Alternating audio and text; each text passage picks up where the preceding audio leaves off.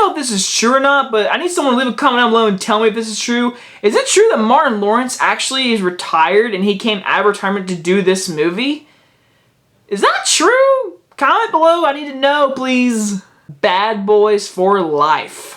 This movie is directed by not Micheal Bay and stars Will Smith and Martin Lawrence, and they are back after like 17 years since 2003, since Bad Boy 2's. We finally get a third one. This movie has been in development hell. Micheal Bay was gonna do it, then he wasn't gonna do it, and then they were gonna get like this other director, and then he was like gonna do it, and basically we finally just got these two directors apparently to come into this movie, and now I'm happy because I grew up with the Bad Boys movie. The first movie I never saw as a kid, so the only one I actually grew up with was Bad Boys 2, and that was a movie my parents wouldn't let me watch, and I would sneakily watch it like on TV, like when they're out of the room, I'd click on it and watch it because I love Will Smith when I was little because of Shark Tales and other movies, but him being in this movie, I was like, oh my god, Will Smith says F words. So growing up, Bad Boys 2 was actually kind of a childhood memory of that R-rated movie that I couldn't watch. We all have that movie, so that was my movie when I was growing up.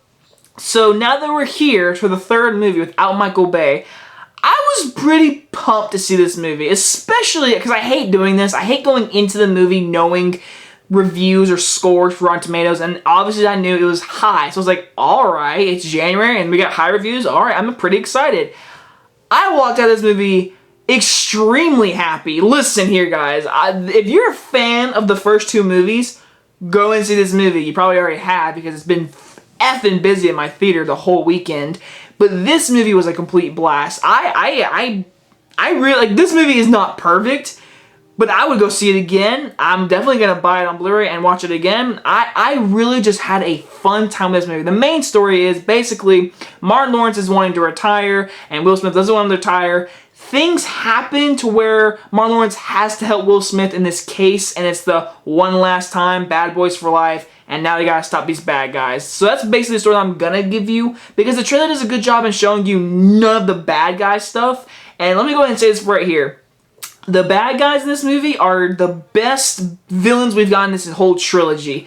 And one of the best villains we've gotten in a while in an action buddy cop movie. I love the villains. They give us great character development. You actually care for their, like, I guess their goings, because they are killing people and they actually have motives and they actually make sense towards them. It was like Thanos. Thanos had reasons which make him a more likable villain. Same thing here, and there's more things and twists and turns about the villain with our main characters that I really liked. At first when it happened, I was like, alright, that's a little cheesy, and then by the end of the movie, I was like, you know what, this is actually pretty of an emotional scene. When you see it, you know what I'm talking about. But the villains are awesome in this movie. I really like them.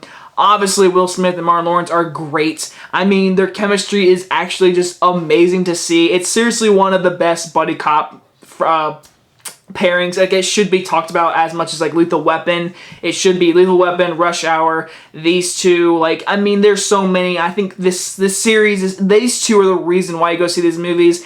They're super funny scenes, and in this movie there's actually really good dramatic scenes. Martin Lawrence and Will Smith give out great performances in this movie. I was really shocked by that, but they really did it. They did a really good job. There was many scenes that actually kind of hit me in the feels. I was like, oh dang, and I got like a little emotional. I didn't tear up or anything, but I was like, I care for these characters. I care for their survival in the scene. Like, I cared in this movie, and I didn't expect that. This movie definitely didn't feel that high-tane, dumb comedy, action stuff like Bad Boys 1 and 2, which, again, those movies are great. Don't get me wrong. Those are the best Micheal Bay movies he's ever made, if you ask me.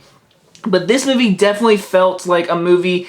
It was changing its tone a little bit, but keeping that fun, octane action, which comes to one of my issues. There is action scenes in this movie that are fun to watch, but they felt like the directors were trying to make action scenes like the first two to give it that tone, that feel toward the whole trilogy. Like, it didn't, to me, it felt like the directors were trying to like copy, rip off Micheal Bay action, if you ask me. It's different in some scenes. Like, there's many like fist fight scenes that don't feel like Micheal Bay because there's a lot of cutting and editing and lens flares and all that kind of stuff. This one, you can actually enjoy the view of the fight scene, but sometimes they would cut away and try to be like Micheal Bay. I don't know, I feel the directors were just trying to make it cohesive with the trilogy, so that's like my biggest issue. And also another thing is the green screen is awful.